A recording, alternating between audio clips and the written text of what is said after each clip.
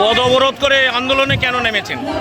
আমাদের দেয়ালে পিঠ থেকে গেছে, না নামলে নয়, তাই আজকে আমরা নেমেছি। এবং আমাদের রিসেন্ট দুটো বাজেট হচ্ছে কেন্দ্রের এবং রাজ্যের। রাজ্য সরকার আমাদের দিকে দেখেছেন, হয়তো বলবেন যে হ্যাঁ আপনাদেরকে কি অনেকটাই দেখেছে, না যেটুকু দেখেছে আমাদের রাজ্যের যা পরিস্থিতি তাতে যা দেখেছে তাতেই আমরা খুব খুশি। কিন্তু কেন্দ্র সরকার এই প্রজেক্টটা 75 সালে তৈরি করেছেন, কিন্তু যার প্রজেক্ট সে আমাদের দিক থেকে মুখ ফিরিয়ে নিয়েছেন এবং এত বড় বাজেটে একটা টাকাও আমাদেরকে বাড়াননি। এই জন্যই আজকে আমরা পদ অবরোধ করে নেমেছি। মূলত প্রজেক্টটা কেন্দ্র সরকারের, একদম রাজ্য সরকার বাজেটে তাদের বাজেটে আপনাদেরকে বাড়িয়েছে, বেতন বাড়িয়েছে, কিন্তু কেন্দ্র সরকার বাড়াচ্ছে না, আমাদেরকে একটা টাকাও বাড়াননি। ওই জন্যই আন্দোলন আজকে ওই জন্যই এই আন্দোলন। এবং কেন্দ্র সরকার নতুন করে পোষণ টাকা চালু করেছেন, যেখানে পোষণ দিয়ে তারা প্রত্যেকটা গ্রামের মা বাচ্চাদেরকে কভারেজ করছেন। সেরকম জায়গাতেও কেন্দ্র সরকারের এই পোষণ টাকারে নিয়মিত টাকা তারা দিচ্ছে না। শিশুদের নাম যদি ইকেওয়াইসি না করা থাকে তারা নামটা বাদ দিয়ে দিচ্ছে, তাদেরকে খাওয়ারটা যাতে না পায় সেই ব্যবস্থা করছে। এবং মানে যে কেন্দ্র সরকার বলছে বেটি বাঁচাও বেটি পড়াও, সেখানে সমস্ত জায়গায় আমরা যে মাদেরকে পরিষেবা দেবো সেই পরিষেবার যে পয়সাটা লাগে সেই পয়সাটা তারা দেওয়া বন্ধ করে দিচ্ছে। এবং যে বাজেটটা ছিল, যে টাকাটা আমাদেরকে এতদিন ধরে দিয়ে এসছে, সেই টাকাটার পরিমাণটা আমাদের কমিয়ে দিয়েছে।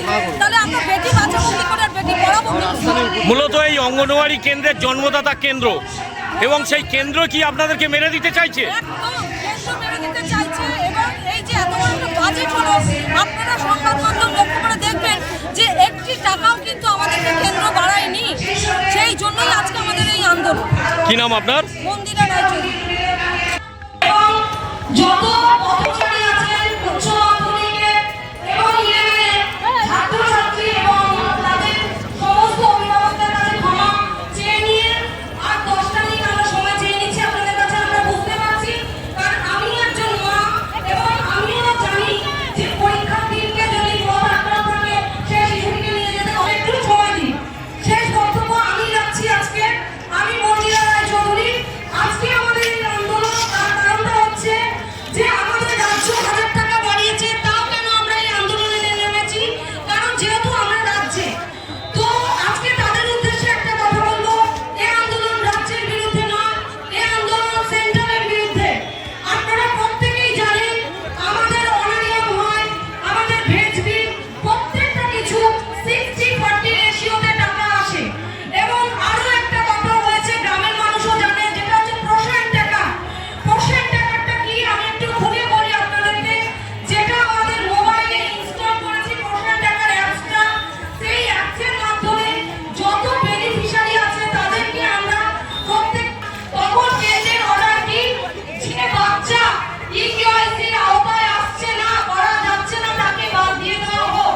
তাহলে আমরা সেই কেন্দ্রের কাছে প্রশ্ন রাখবো যে যদি এই বাচ্চাগুলোকে আমরা না বাদ দিয়ে দিই বা এই মাগুলোকে না বাদ।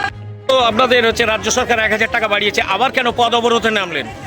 আমরা রাজ্য সরকারের এগেনস্টে আমরা নামিনি। আমরা মমতা বন্দ্যোপাধ্যায়কে মানে হাজার বার ধন্যবাদ জানাচ্ছি একটাই কারণে, উনি আমাদের এত দুঃসময় আজকের সেই 1919 সাল থেকে আজকে যেভাবে আমাদের সেন্ট্রাল গভর্নমেন্ট আমাদেরকে রাজ্যকে কোনো টাকা পয়সা দিচ্ছেন না, তার মধ্যে দিয়েও উনি প্রতিনিয়ত যখন সুযোগ পেয়েছেন আমাদের কিছু না কিছু বাড়িয়েছেন। এই দুঃসময়ের মধ্যেও যে আমাদের মাননীয় মুখ্যমন্ত্রী 1000 টাকা করে বাড়িয়েছে, এর জন্য আমরা তাকে আমাদের ক্যানিং ওয়ান প্রজেক্ট এবং সুন্দরবন সাংগঠনিক তৃণমূল কংগ্রেসের পক্ষ থেকে আমরা তাকে অনেক ধন্যবাদ জানাই।